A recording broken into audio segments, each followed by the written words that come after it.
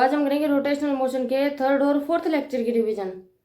इन lecture में हमने basically ring, disc और रेक्टेंगुलर प्लेट, इन पे मोमेंट ऑफ इनर्शिया देखा था अलग अलग एक्सिस ऑफ रोटेशन पे। तो सबसे पहले देखते हैं रिंग का। तो मतलब हमें इस टाइप से अज्यूम करना है ये रिंग है। तो रिंग में अगर सेंटर से कोई एक्सिस पास कर रही है और सरफेस के परपेंडिकुलर है तो इस एक्सिस के अबाउट मोमेंट ऑफ इनर्शिया होगा एम आर स्क्वायर। क्या होगा? M R square.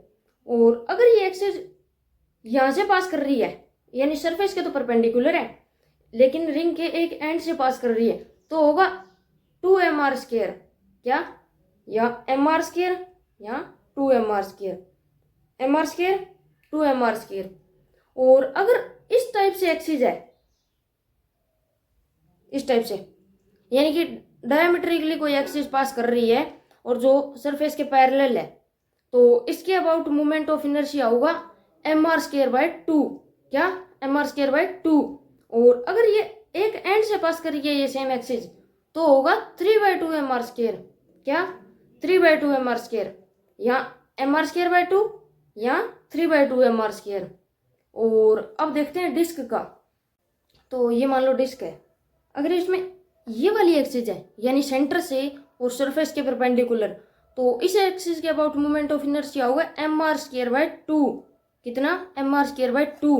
और अगर इस तरीके से कोई एक्सिस पास कर रही है, यानी कि एक साइड से, मतलब एक एंड से पास कर रही है और सरफेस के परपेंडिकुलर है, तो वो होगा 3/2mr²। कितना? 3/2mr²।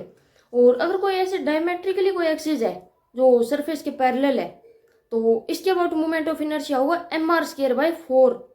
और अगर टेंजेंशियली कोई एक्सिस पास कर रही है और सरफेस के पैरेलल है, तो इसके अबाउट मोमेंट ऑफ इनर्शिया होगा 5/4mr²। कितना?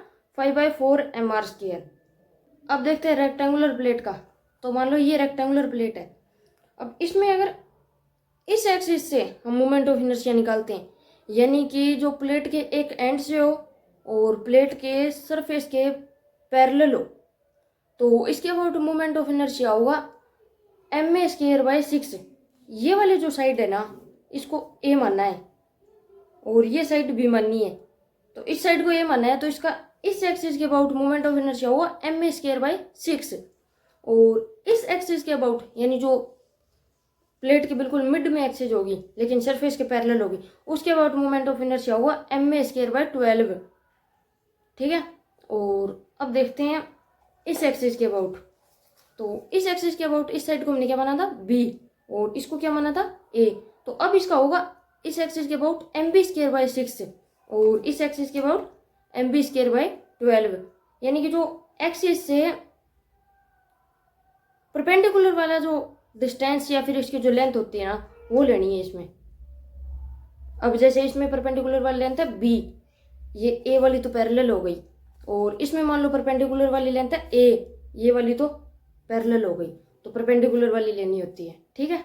और अगर इसमें इस एक्सिस के अबाउट देखना है, यानी कि जो एक्सिस सरफेस के परपेंडिकुलर हो और प्लेट के सेंटर से पास कर रही हो, तो इसमें होगा m/12 इंटू a²+b²।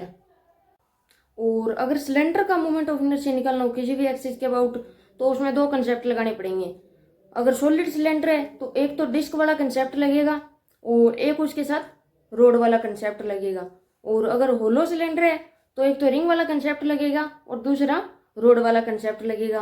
वो सेम ही होगा, थोड़ी बहुत मॉडिफिकेशन थी और उसमें कुछ नहीं था। और एक था कि डिस्क के ऊपर किसी और शेप की डिस्क रख दी जाए तो उन दोनों का ऐड करके मोमेंट ऑफ इनर्शिया कितना होगा। तो पहले तो जो डिस्क एक्स्ट्रा रखी है हमने उसके रेडियस देखेंगे, रेडियस के अकॉर्डिंग उसका मास निकालेंगे, और फिर देखेंगे कि जो एक्सिस है, कॉमन एक्सिस है, वो दोनों के कहाँ से पास हो रही है। मान लो एक के तो सेंटर से पास हो रही है और दूसरे के मान लो सरफेस के परपेंडिकुलर है लेकिन टेंजेंशियली पास हो रही है, तो उन दोनों का अलग अलग निकाल के मोमेंट ऑफ इनर्शिया और ऐड कर देंगे। और इन दो लेक्चर में हमने इतना ही पढ़ा था। Thank you.